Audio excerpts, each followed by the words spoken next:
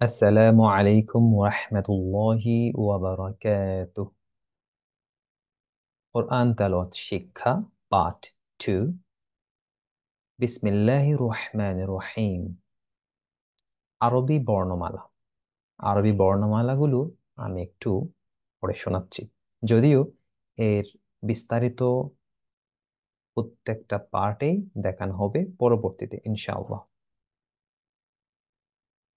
আলিফ, বা, তা, তা, জিম, হা, খ, দাল, ذال، راء، ذاء، سين، شين، صاد، ضاد، طاء، ظاء، عين، غين، فاء، قاف، كاف، لام، ميم، নুন, ওয়াও, হা, হামজা, ইয়া। আমরা এখন দেখব হরকতের পরিচয়। আমরা অনেকেই হরকত চিনতে ভুল করি। ফাতাহ অথবা জবর, যা বর্ণের কোনো বর্ণের বা হরফের উপরে থাকে। কাসরা অথবা জের, কোনো বর্ণের নিচে থাকে। দাম্মা অথবা পেশ, যা কোনো বর্ণের উপরেই থাকে, পেশ। এই তিনটিকে হরকত বলে। হরকতের উচ্চারণ তাড়াতাড়ি করতে হয়। এখানে নিচে উদাহরণ দিয়ে দেখানো হয়েছে, যেমন জবরের বিষয়টি। এটি আ উচ্চারণ হবে, আ এর মতো উচ্চারণ হবে। যেমন বা জবর বা, বা জবর বা, বাবা। যদি জের হয় তাহলে এটা বর্ণের নিচে থাকবে, বাংলায় ই এর মতো হবে। এবং বা জের বি, বা জের বি, বি, বিবি, দ্রুত বলতে হয়। এরপর হচ্ছে পেশ, এটি বর্ণের উপরে থাকবে, এটি উ এর মতো উচ্চারণ হবে। বা পেশবু, বা পেশবু, বুবু। তানউইনের পরিচয়। দুই জবর বা ফাতাহ, দুই জবর আপনার চিহ্নটা দেখতে পাচ্ছেন। দুই জের বা কাসরা, চিহ্নটা দেখতে পাচ্ছেন এখানে। দুই পেশ বা দম্মাহকে বা দুই পেশকে তানউইন বলে, অর্থাৎ দুই জবর দুই পেশ দুই জেরকে তানউইন বলে। তানউইনের উচ্চারণ তাড়াতাড়ি করতে হয়। এই বিস্তারিত আমরা পরেও জানবো। এরপর হচ্ছে সাকিনের পরিচয়।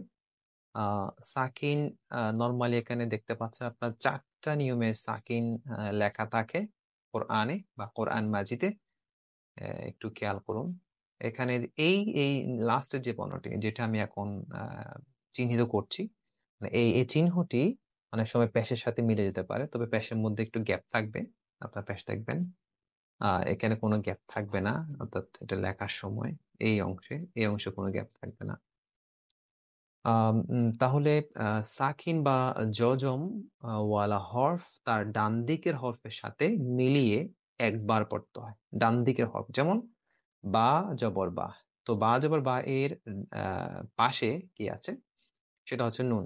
অর্থাৎ আহ জজমওয়ালা যে নুনটি, জজমওয়ালা নুন, তার ডানে যে বা আছে তার সাথে মিলিয়ে পড়তে হবে। যেমন বান, এখানে হবে বিন, এখানে হবে বুন।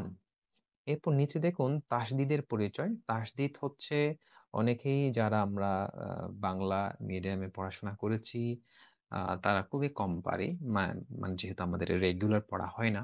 তো তাসদিদ চিহ্নটি খেয়াল করুন। তাসদিদ ওয়ালা হরফ দুইবার পড়তে হয়, এটা ডাবল উচ্চারণ করতে হয়। তার ডান দিকের হরফের সাথে মিলিয়ে একবার এবং নিচ হরফের সাথে মিলিয়ে একবার পড়তে হয়। যেমন এখানে এখানে দেখুন হামজা, আলিফকে আমরা জানি হামজা পড়তে হয়। সো হামজা জবর আ, এখানে এরপর আছে বা এর উপর তাসদিদ। হ্যাঁ, তাহলে হামজা, হামজাকে আমরা বলবো কি হামজা বা জবর আব। এরপর বা স্বতন্ত্রভাবে উচ্চারণ হবে, বা জবর বা, আব্বা। এরপরে শিন জবর শা আছে যদিও, কিন্তু শিনের পরেই যেহেতু একটি হরফ, যে হরফের উপরে তাসদিদ আছে, সেজন্য শিনের সাথে র একবার উচ্চারণ হবে। যেমন শিন, র জবর সার, র জবর র, সার র, ইত্যাদি। তাহলে আমরা একটু সচেতন হব এবং আশা করি এগুলো ডিফিকাল্ট নয়। আসসালামু আলাইকুম ওয়া রাহমাতুল্লাহ।